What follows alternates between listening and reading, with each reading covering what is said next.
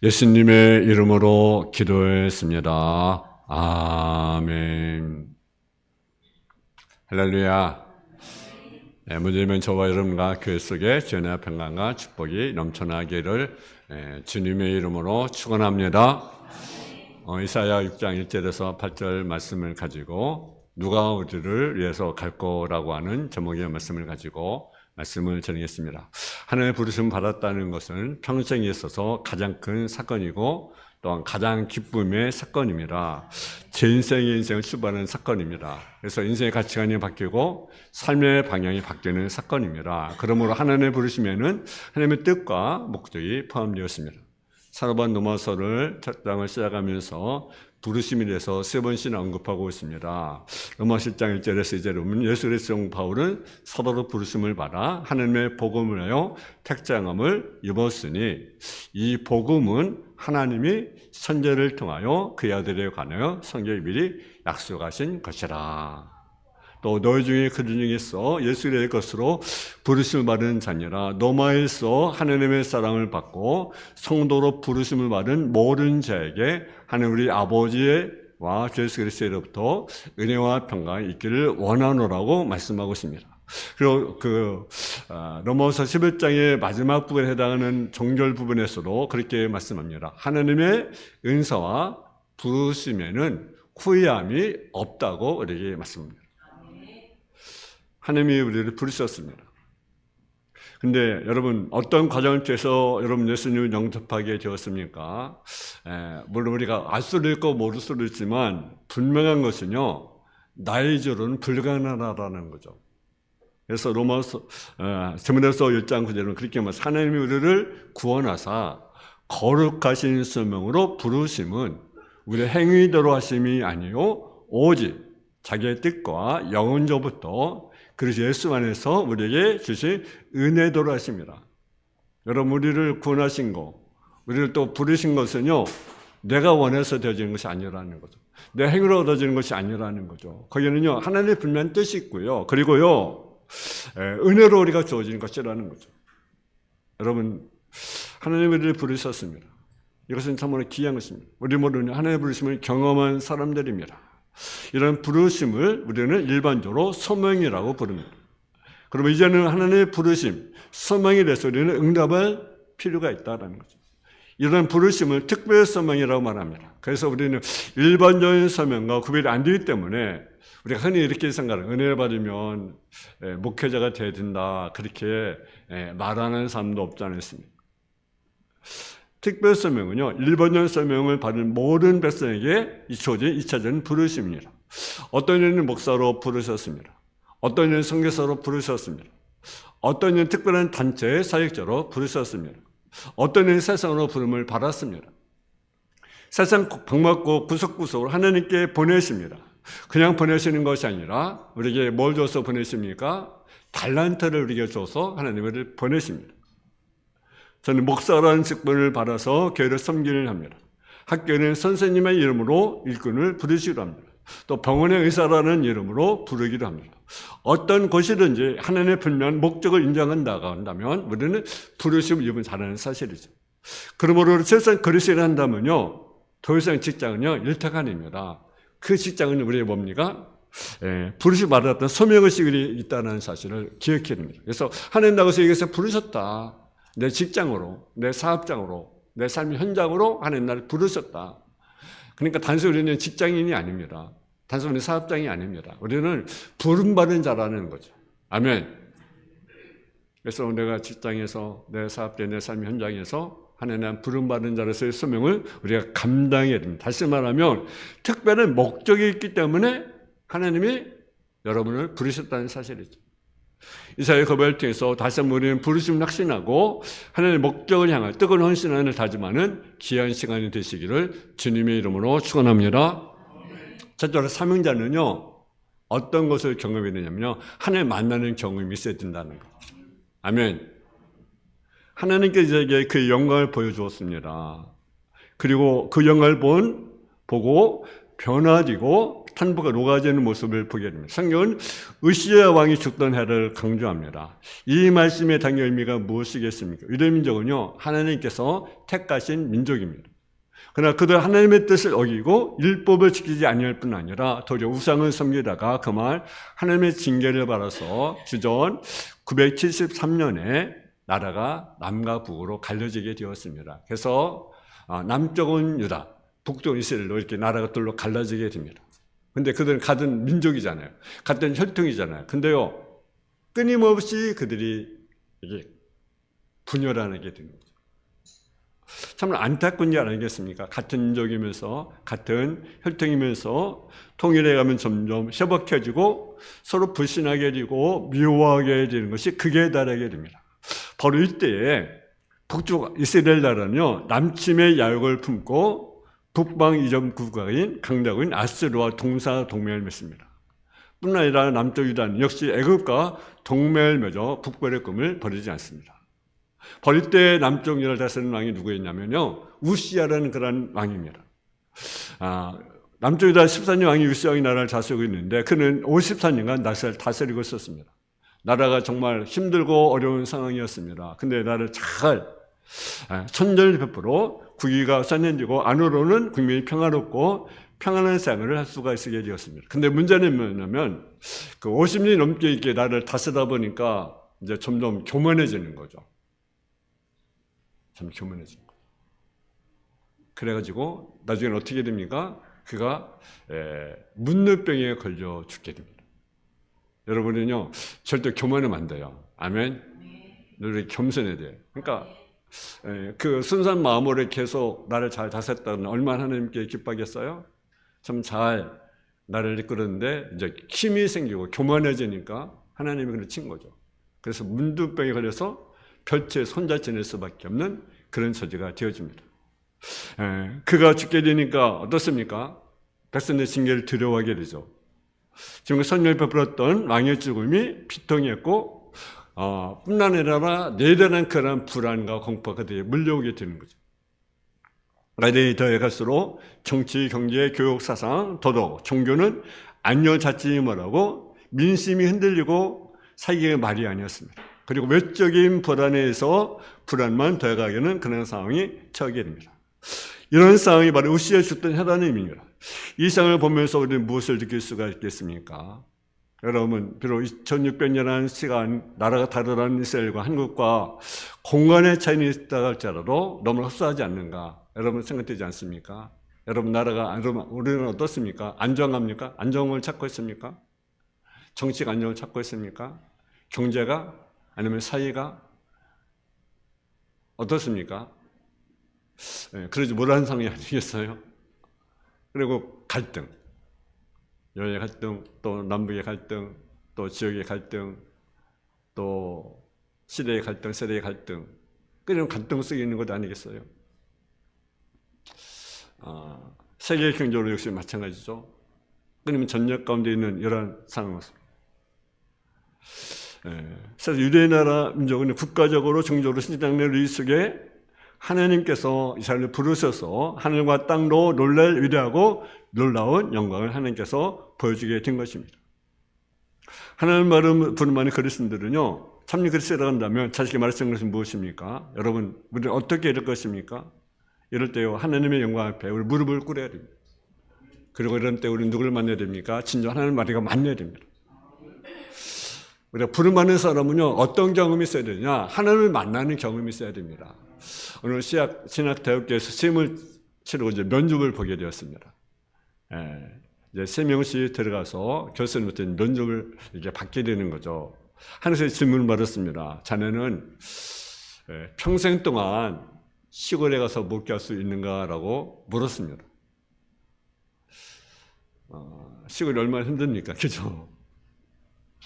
또 하나는 학생은 데모를 어떻게 생각하는가라고 물었어요. 데모. 여러분 어떻게 생각합니까? 데모가 있어야 됩니까? 없어야 됩니까? 여러분 어때요? 데모가 필요하다고 생각됩니까? 데모가 있으면 안 된다고 여러분 얘기해줍니까? 이렇게 두 번째 질문을 했어요. 또 하나는요, 어떤 질문을 했냐면, 어떻게 해서 목회자가 되려고 하는가라고 질문했어요. 어떻게 해서 목회자가 되려고 하는가. 그러니까 그 신학생이 민도반 신학생이 나는 목회자가 되기 싫은데 목사가 되기 싫은데 신학하기 싫은데 어머니가 신학을 하라고 해서 내가 목사가 되려고 한다고 그렇게 이야기를 했습니다. 그래서 합격이에요, 불합격이겠습니까? 불합격. 여러분 사명 없이 기회를 가려고 하면 되겠습니까? 우리는 아무런 소명의식 없이 세상에 사는 일이 너무나 많이 있어요. 그 때문에 삶의 의욕이나 목적이 없이 사는 사람들이 많이 있습니다. 무슨 하나님의 부르심에 합당한 삶을 살기 위해서는요, 우리는 하나님의 보좌 앞에 우리가 나가야 된다라는 거죠. 두 번째는 하나님을 만난 후에는 자신의 정체성을 알아야 된다라는 거죠. 자신의 정체성. 내 정체성이 무엇인가? 특별히 주님의 사명자가 나 속에서 필히 걷자 할 두 번째 과정이 바로 뭡니까? 자신이 죄인임을 깨달아야 된다는 거죠. 아멘? 이는 내가 바로 양심적이고 도덕적인 인간이 되는 것을 말하지 않습니다. 첫째, 자신 죄인임을 확실히 알고 고백하는 것을 의미하는 것입니다. 어떻게 해야 이런 점이 가능하겠습니까? 내가 열심히 죄의 문제를 연구하고 또 반성하고 신명을 노력하면 될 수 있을까요? 아니면 내가 난 죄인이야 그렇게 인정하고 그렇게 살아면 될 수 있겠습니까? 여러분, 우리 자신이 죄인임을 알 수 있는 길은요 하나입니다. 하나밖에 없어요. 다른 방법이 없어요. 그것은 뭡니까? 자신이 하나님 앞에 설 때 내가 죄인이구나 하는 걸 깨닫게 되는 거죠.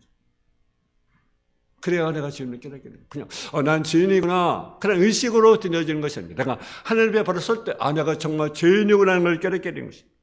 누가 가르치 않아도 누가 알려고 하지 않아도 죄인을 만나본 사람은 자연적으로 자신이 난 죄인이구나 하는 것을 깨닫게 되는 것입니다. 근데 나는 죄가 없어. 난 죄인이 아니야. 아직도 그런 하나님 만나지 못한 사람. 정말 하나님 만난 사람은요 뭘 깨닫습니까? 나는 죄인이구나. 나를 깨닫게 되는 거죠.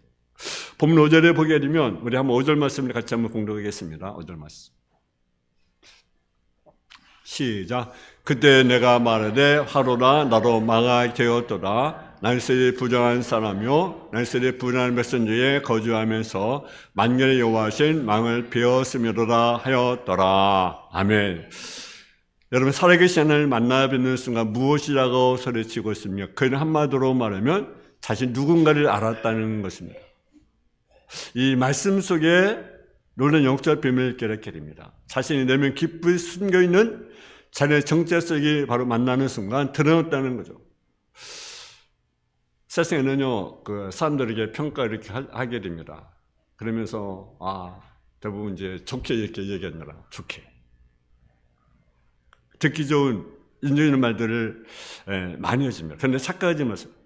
저 사람은 법 없이 살 수가 있어. 저 사람 정말 좋은 사람이야. 저는 정말 착한 사람이야. 여러분 과연 그렇습니까? 법 없이 정말 살아갈 수 있습니까? 저도요 보니까요. 이제 운전을 하잖아요. 그래서 운전을.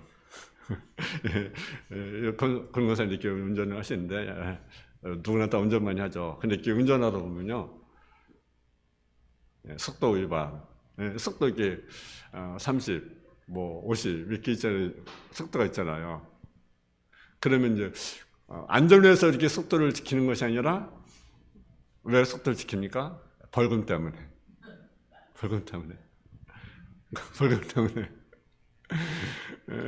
여러분, 우리가 그래요. 그죠? 여러분, 법 없이 살 수가 있습니까, 여러분? 법 없이? 여러분, 어때요? 저 사람 정말 법 없이 살 수가 있어. 저 사람은 정말 정직한 사람이야. 여러분, 세상에 의인 없네, 하나도 없다고 했습니다. 남들이, 인정해주고, 그러면 사람 누구나 좋아하죠. 그죠? 나 마찬가지 같아요. 인정해주면 좋아하는 것 같아요. 그죠? 저는 마찬가지고, 여러분도 마찬가지고. 아첨을 누른다고 해서 진짜로 말하지 마세요. 남이 칭찬하고 우러러 본다고 마치 자신이 그런 존재가 된 것처럼 우리는 때로는 착각 속에 살아가는데요. 그렇지 않습니다. 우리는 진짜 자기의 모습을 볼 수 있어야 됩니다. 그렇지 않으면 바리새인처럼 위선과 의선에 탈을 쓰고 거짓 자아 속에 우리는 살아갈 수밖에 없는 존재입니다. 이중격자가 달리 없습니다. 자신이 누군지 확실히 깨닫기 위해서는 하나님을 만나는 체험이 있어야 된다는 거죠. 자기 좀 뭘 알고 지각이 있다고 자기 진력을 알 수 있다고 생각해서는요, 오산입니다. 자신을 알아내겠다고 열심히 자기 자신을 들어본들 결코 할 수가 없어요. 인간은 항상 자기 자신을 그럴듯하게 평가하기를 좋아합니다. 그래서 여러분 자신이 나쁜 걸 인정하려고 하지 않습니다. 여러분 자신이 하나님 앞에 주님을 깨닫는 사람이라고 한다면 진짜 하나님을 만난 사람이 분명합니다. 하나님 만난 체험 없이는 자신의 주님을 깨달을 수가 없어요. 하나님의 빛이 우리 안에 나타날 때 우리 얼마나 지는 어둠 속에 갇혀 지낸 존재인가를 비로소 알게 된 것입니다. 하나님의 빛이 우리 속에 쏟아질 때 우리 얼마나 망할 수밖에 없는 존재였다는 것을 비로소 알게 된 것입니다. 여러분 하나님 만났을 때 이사야가 뭐라고 고백합니까? 화로다 나로 망하게 되었다. 여러분 자신이 그 지인의 모습을 보잖아요. 그것이 하나님 만날 모습이 아니겠습니까?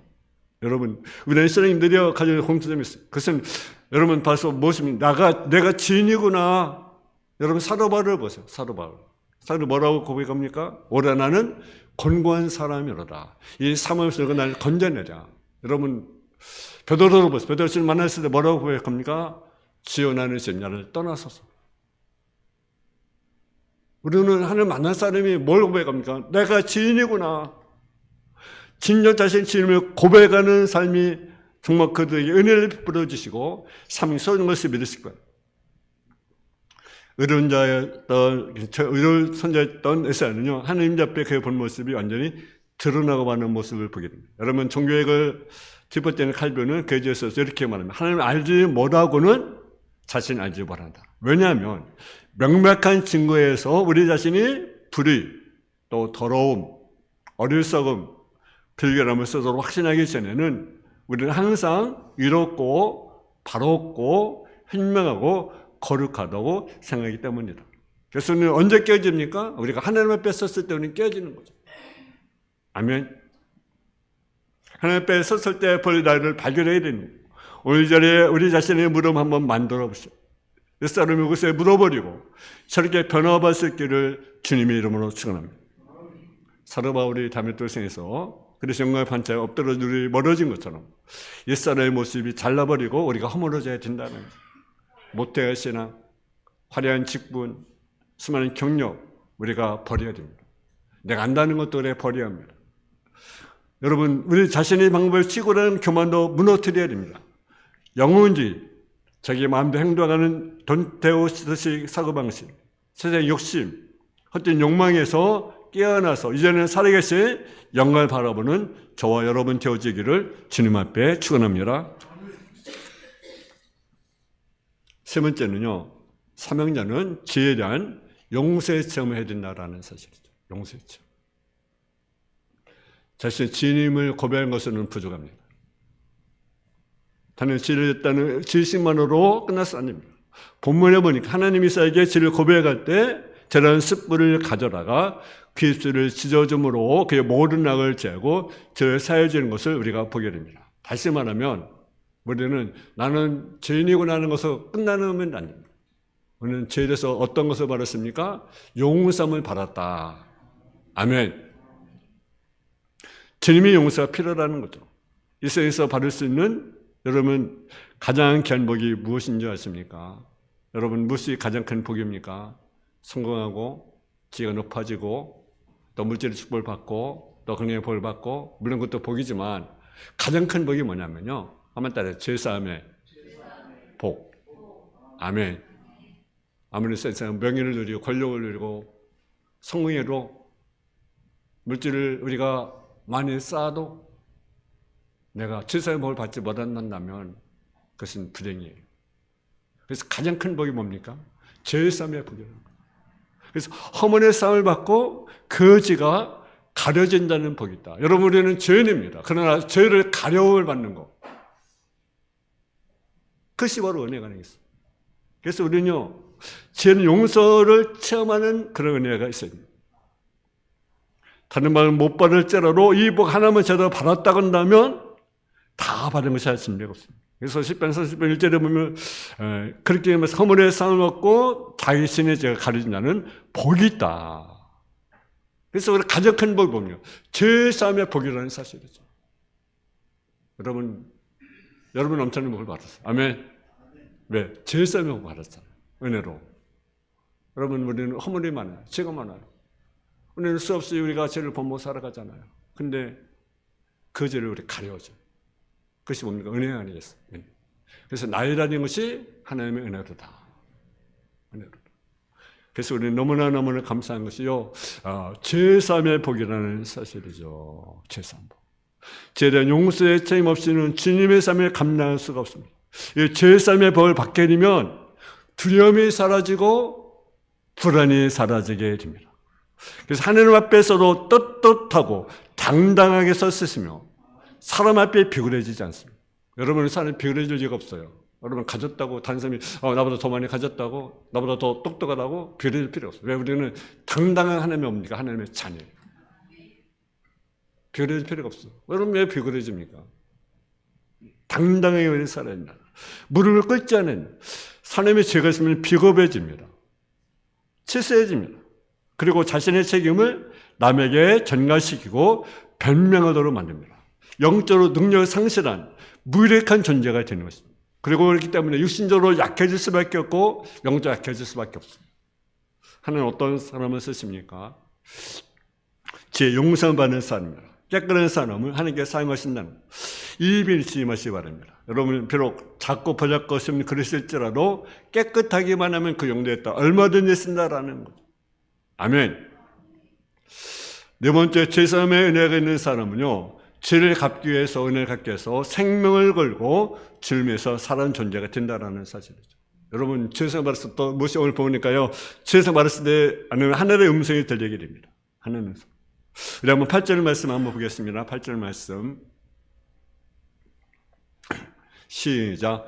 내가 또 주의 목소리를 들으니 주께서 이르시되 내가 누구를 보내며 누구를 위해서 갈고 하시니 그때 내가 이르되 내가 여기 있나이다 나를 보내소서 하였더니 아멘. 여러분 죄사함을 받았을 때 그 다음에 오는 것이 뭡니까? 하나님의 음성을 우리가 듣게 됩니다. 누구를 위해서 갈고 주를 만나본 사람, 주를 대면해본 사람, 그리고 자신의 죄를 깨닫는 사람, 죄가 죄벌로 탕감받고 쓰임받다는 세상 확신을 갖는 사람, 이제 붙잡히는 사람에게 하나님의 귀가 열리게 해준다는 거죠. 다시 말하면 하나님의 소리를 듣게 해주십니다. 삶을 깨닫게 해주십니다. 무엇을 해야 할지 가르친다는 사실이죠. 여러분 주님께 위해서 내 인생을 바쳐 해야 될 일이 무엇이 아직도 알지 못한 분이 계십니까? 무엇인가 하기는 해야 되겠는데 무슨 일을 해야 할지 모르는 사람이 계십니까? 다시 여러분 주님을 만나는 생활할 수 있기 바랍니다. 정말 주님의 은혜가 무엇임을 깨달을 때는 평생에 받지 않아야 이룰 삶이 무엇인가를 알게 될 것입니다. 선지 이사야에게 주님께서 나타나 말씀하십니다. 내가 누구를 보내면 누구에서 갈고, 여러분 주님이 여러분에게 무엇에서 갈고, 주님을 보내는 장소가 어디입니까? 눈이 있어도 보지 못하고 귀가 있어도 듣지 못하는 폐역한 멸성에 가라는 것입니다. 가야 할 것이 편한 것이 아닙니다. 쉽게 갈 수 있는 것이 아닙니다. 저는 인생을 걸고 해야 할 전적으로 헌신할 일이라는 것입니다. 거기는요 편한 길만 있는 것이 아닙니다. 따뜻한 하나님만 존재하지 않습니다. 거기는 하나님에 통하지 않습니다. 여러분 주님 오늘도 여러분을 부르십니다. 누구에서 갈고 내가 누구를 보내면 좋겠는가? 주님 오늘도 찾고 계십니다. 주님이 세상에서 보내는 자가 바로 나 자신을 깨달으시고 이새가 고백했던 것처럼 내가 여기 있습니다. 나를 보내소서. 세상에는 너무나 할 일이 많습니다. 우리 성격에는 이제 너무나 많이 있습니다. 우리 필요한 것이 너무 널려 있습니다. 지금 불행 속에 당한 자들이, 소외한 자들이, 상처 속에 있는 자들이, 몸물이 길어한 자들이 여러분을 부르겠습니다. 주님을 만나는 체험이 있습니까? 자신의 죄를 깨닫고 있습니까? 내 죄의 용서를 확신하고 있습니까? 우리는 죄 용서에 있는 길을 기울여야 됩니다. 하나님과 앞에 자신의 삶을 발견해 있어야 했기 때문에 무엇이었습니까? 바로 8절에 내가 누구를 원하며 눈에서 갈고. 여러분 주님도 여러분을 부르십니다. 눈에서 갈고. 그랬을 때 주님 내가 여기 있습니다. 나를 보내소서. 우리 찬송가 있습니다. 주님 내가 여기 싸우니 나를 보내소서. 내 맘 내 몸 주께 드리오니 주 받으옵소서. 여러분 주님 부르실 때 주님 내가 있습니다. 우리가 부르시면 순종하는 저와 여러분 되어지기를 주님의 이름으로 축원합니다. 사랑의 아버지 하나님, 은혜와 사랑을 감사함을 드립니다.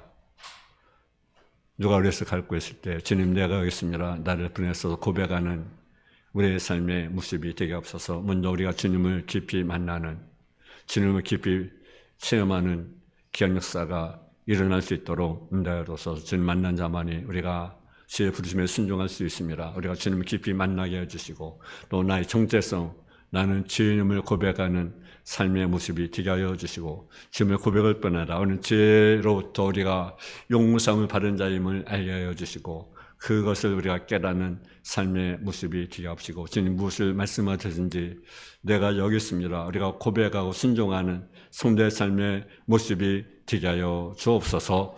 예수님의 이름으로 기도했습니다.